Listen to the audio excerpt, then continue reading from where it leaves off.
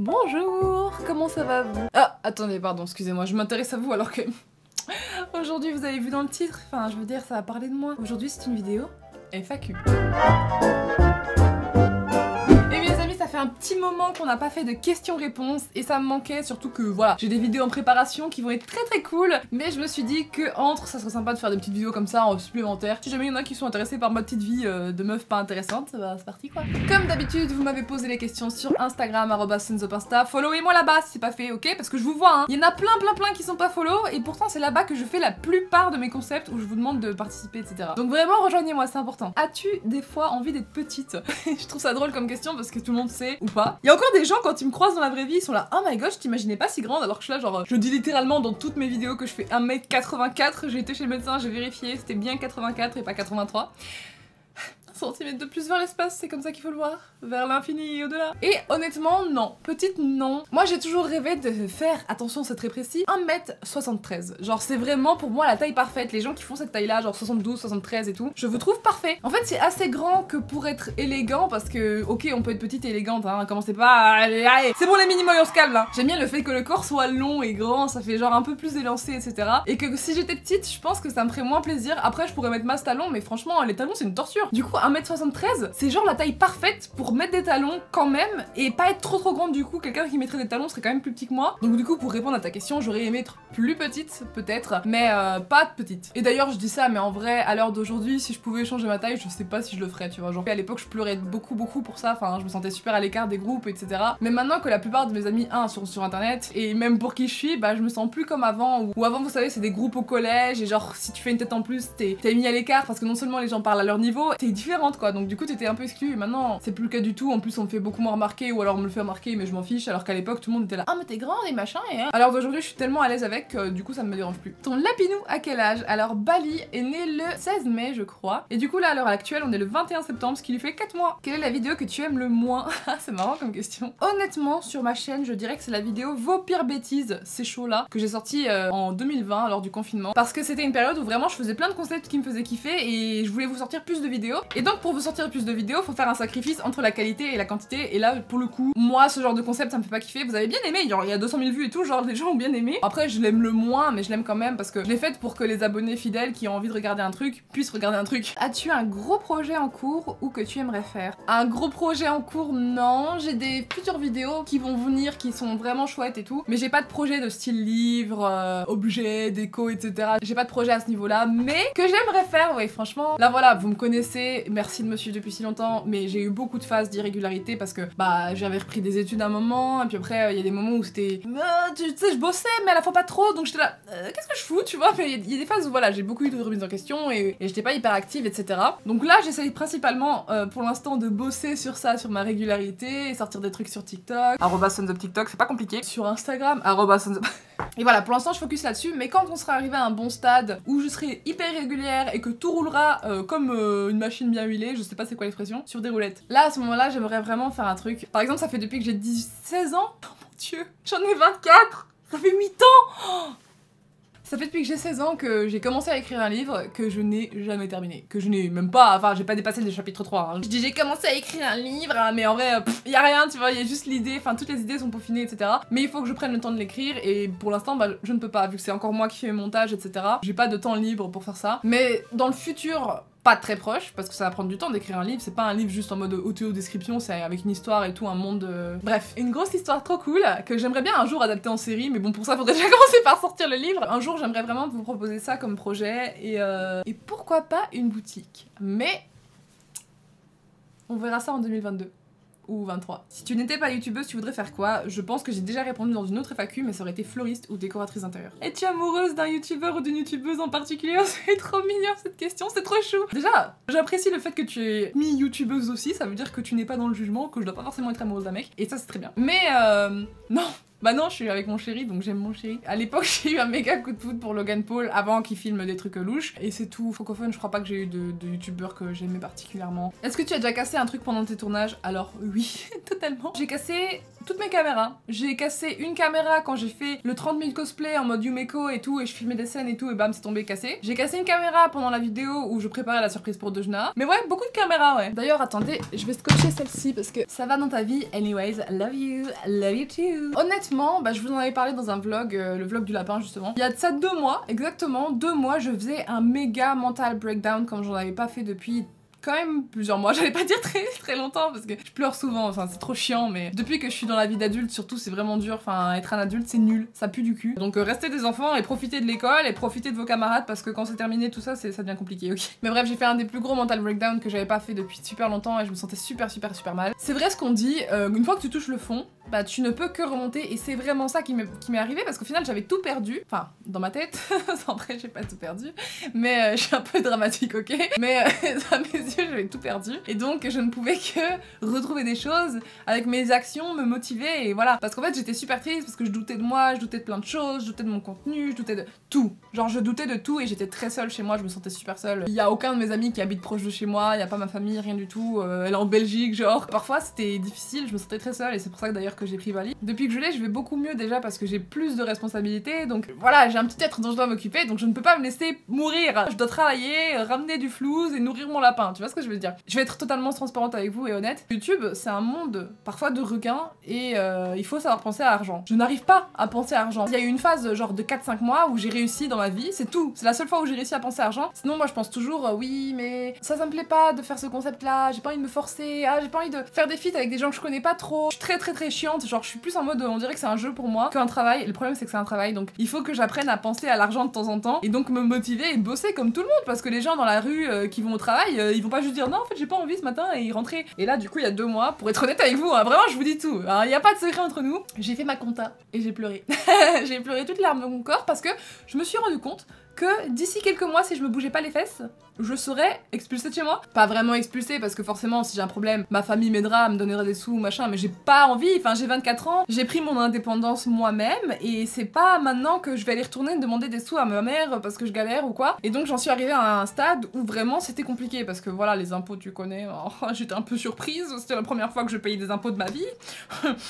Je n'aime pas, j'aimerais ne pas recommencer, mais bon ça c'est pas possible. Et donc ouais, ça m'a pris voilà, à la gorge quoi.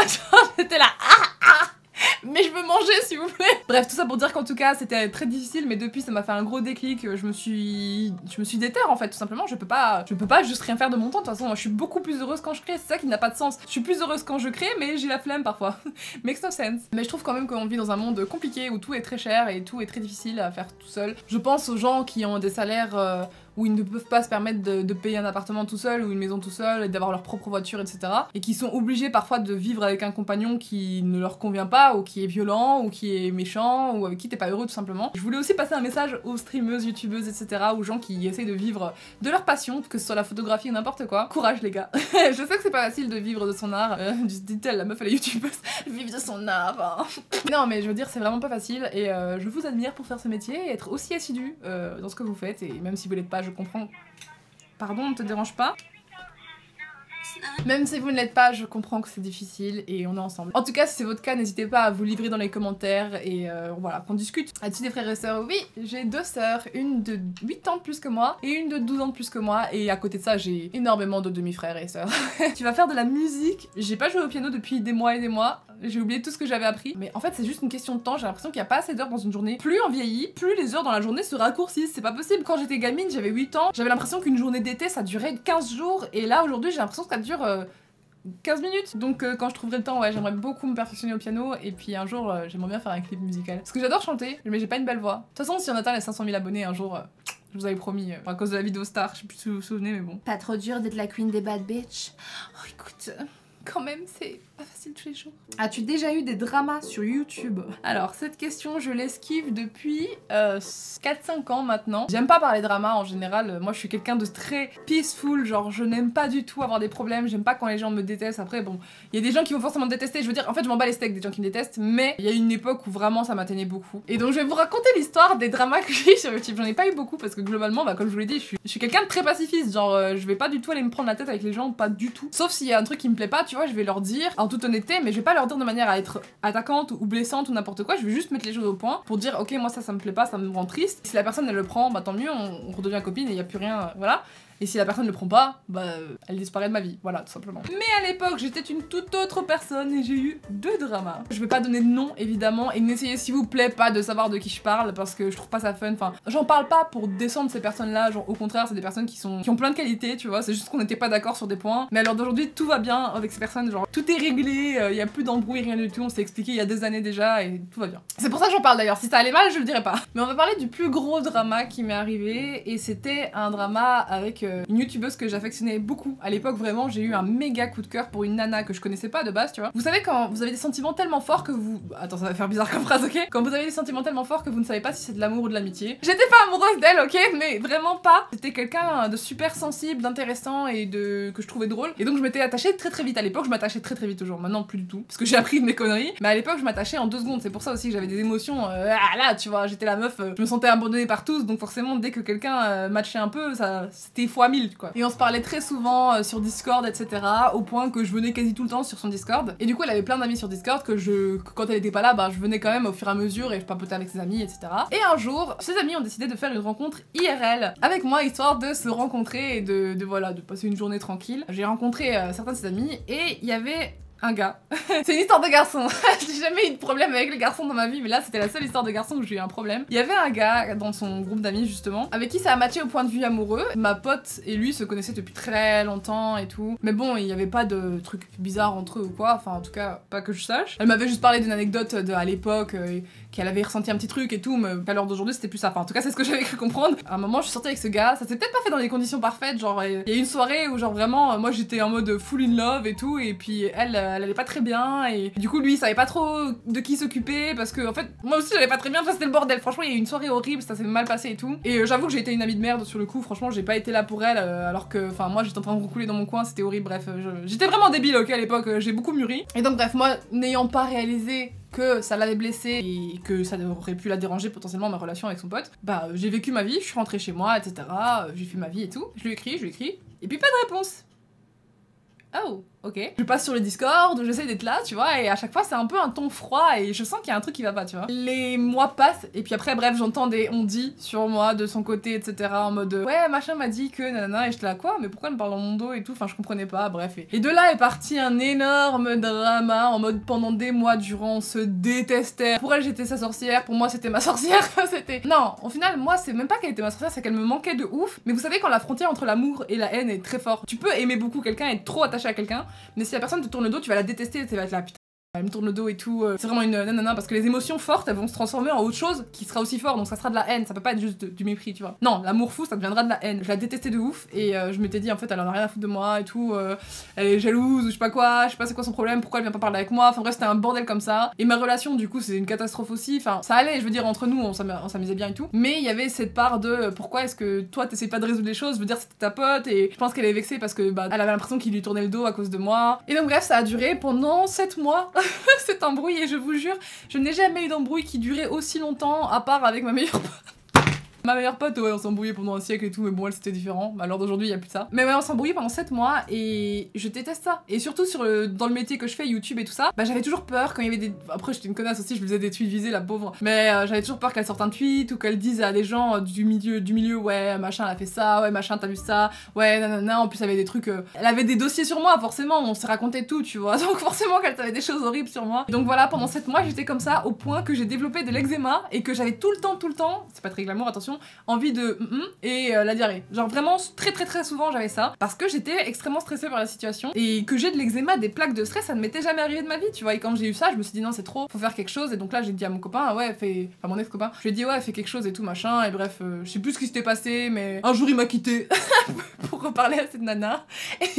Et j'étais très vexée et très blessée parce que j'étais en mode mais pourquoi t'as pas juste essayé d'arranger les choses avant? Tu m'as juste fait souffrir et je t'ai fait souffrir hein, parce que voilà, c'était une relation un peu compliquée. Tous les trois on a souffert alors qu'on aurait juste pu redevenir amis. Pendant très longtemps on s'est pas parlé, que ce soit lui, la nana, moi. Après finalement bah comme je suis pacifiste, je vous l'ai dit, j'aime bien faire la paix. Alors d'aujourd'hui c'est des gens qui ont compté pour moi et j'étais très contente qu'on puisse rabibocher les choses, genre vraiment que ce soit avec mon ex et tout, il y a plus de soucis, on se voit de temps en temps, c'est cool, bonne ambiance. Et cette nana du coup on s'est parlé et que ça va beaucoup mieux. Donc voilà, mais c'était un drama assez épuisant parce que...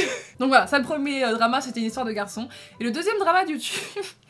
c'est vraiment débile, mais il y a énormément de choses, moi je suis choquée hein. En fait YouTube, moi je vis dans un monde de bisounours, genre mes potes sont tous hyper authentiques, hyper gentils, j'ai jamais de problème avec eux. Dooms, Sora, etc, Marie, Deuge, bref, il y a plein de gens et c'est des gens hyper chill, genre j'aurais jamais d'embrouille avec eux, du moins pas d'embrouille sérieuse tu vois. Mais par contre il y a des gens c'est des requins, genre vraiment j'ai appris des trucs sur des youtubeurs, je suis là mais qu'est-ce que c'est que ça, enfin à partir du moment où il y a une question de notoriété et d'argent, mais alors là c'est n'importe quoi, c'est la cour de récré. Mais bref, la deuxième histoire c'est un peu une histoire débile de youtubeur tu vois. Genre vraiment cette personne que j'avais rencontrée en convention et que j'avais beaucoup accroché avec, tu vois. J'étais en mode putain, trop cool, on rigole trop bien, on a la même vibe, etc. Et on était très copains quoi. Là, à la fin de la convention, je rentre chez moi, etc. Je fais ma petite vie, un jour, 2 jours passent. Et là, d'un coup, je reçois un DM de cette personne. Le DM, c'est alors, je t'ai trouvé sympa et tout quand je t'ai vu, mais j'ai. Enfin, je sais plus exactement ce que c'était. Hein. Mais j'ai été pour voir un peu ta chaîne et j'ai l'impression qu'il y a des moments où ta vibe, on dirait que c'est un peu inspiré de la mienne, ou bref, je sais plus comment la personne avait dit ça, mais c'était en mode tu m'as plagié quoi.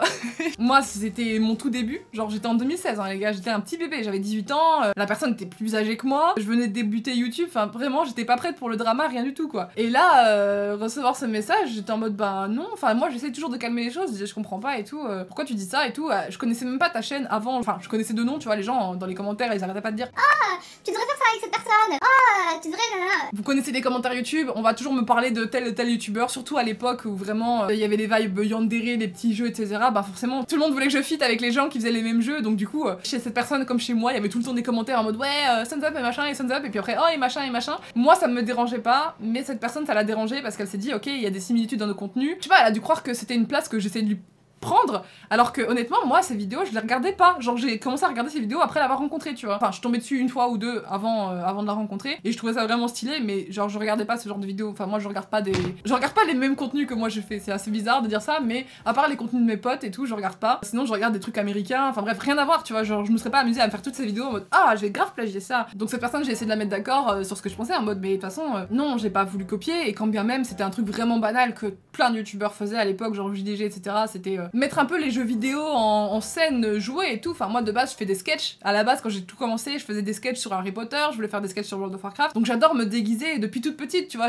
on va pas me refaire, tu vois ce que je veux dire, depuis toute petite j'adore me déguiser, faire semblant et jouer, de l'acting et tout, et donc il y a une vidéo pour un placement de produit, j'avais fait ça, j'avais fait une mise en scène mais c'était c'était minime tu vois, comparé à ce que la personne faisait, c'était de la merde tu vois, et donc bref ça a fait que moi j'ai pas gardé une bonne impression, j'étais là bah sympa, enfin on s'entend bien en vrai et tout, et puis après cette personne vient me chercher des noises, pas cool, les mois passent, de toute façon je faisais pas souvent ça, des contenus un peu qui ressemblaient, mais de temps en temps quand je sortais une vidéo qui était avec du contenu bah justement acting etc, je voyais des petites tudes visées en mode ouais pile quand je sortais mes vidéos j'étais là ok. Entre temps, bah forcément quand les youtubeurs parlent entre eux, c'est normal. Quand on a eu les disputes du truc avant, tous les youtubeurs étaient là. Alors avec machin, ça va? Et j'étais là, ah, arrêtez, laissez-moi vivre, merde. Et donc bref, forcément les gens ils te demandent toujours ouais tu connais machin, ah tu t'entends bien avec machin, et donc moi je suis honnête. Que j'ai des choses positives ou négatives à dire, je les dirai, tu vois. Bon ça dépend à qui, tu vois. Faut pas non plus que j'aille dire à la meilleure amie de la personne que j'aime pas, ah ouais non elle, je suis honnête. Et donc du coup ce que je disais c'est que la personne, mot pour mot, je l'avais trouvée super cool en vrai, elle était adorable.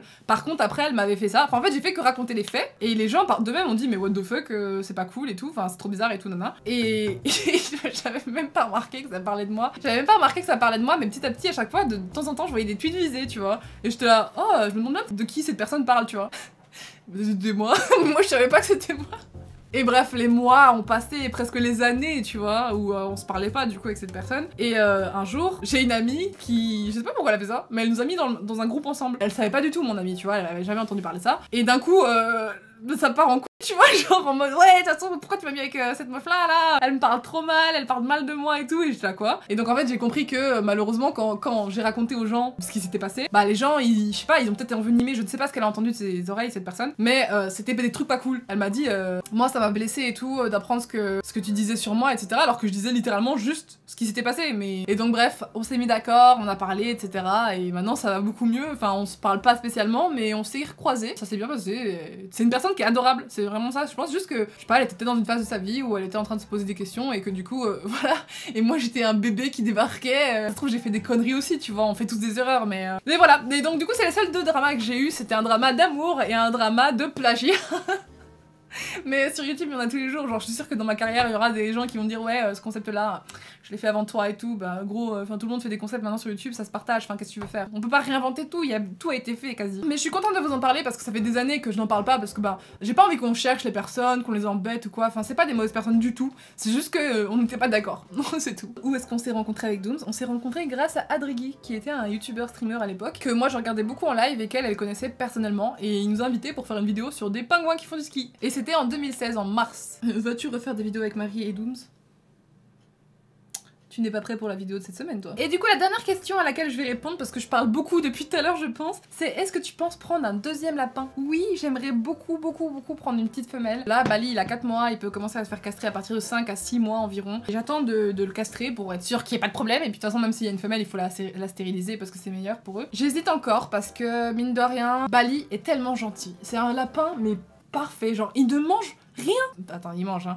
Mais je veux dire, il mange pas mes chaussures. Il ne mange pas ce qui traîne par terre. Il fait ses dents sur la maison en bois prévue pour, mais pas sur mes chaussures. Imagine, je prends une lapine qui, elle, n'est pas du tout comme lui, qui est pas du tout... Enfin voilà, qui est pas aussi parfaite, quoi. Parce que je suis désolée, il est parfait, ce lapin. Il est trop chou, il est gentil, il est à l'écoute, il est câlin. Mais bon, un petit lapin tout seul, c'est pas un vrai petit lapin heureux. Donc je pense sincèrement qu'à 80%... je vais en prendre une. Sur ce, merci beaucoup d'avoir regardé cette vidéo. Si vous êtes là jusqu'au bout, n'hésitez pas à écrire popcorn en commentaire. Et en plus, n'hésitez pas à me faire plein de commentaires parce que c'est super bon pour le référencement. Et comme en ce moment, vous avez vu, enfin, sur YouTube, c'est très difficile maintenant. Il y a tellement de gens, faire des vues, en vivre, et ben c'est compliqué. Donc les commentaires aident apparemment à monter le référencement. Donc voilà. Et voilà, merci beaucoup en tout cas. Merci pour le soutien que vous me donnez depuis tout ce temps.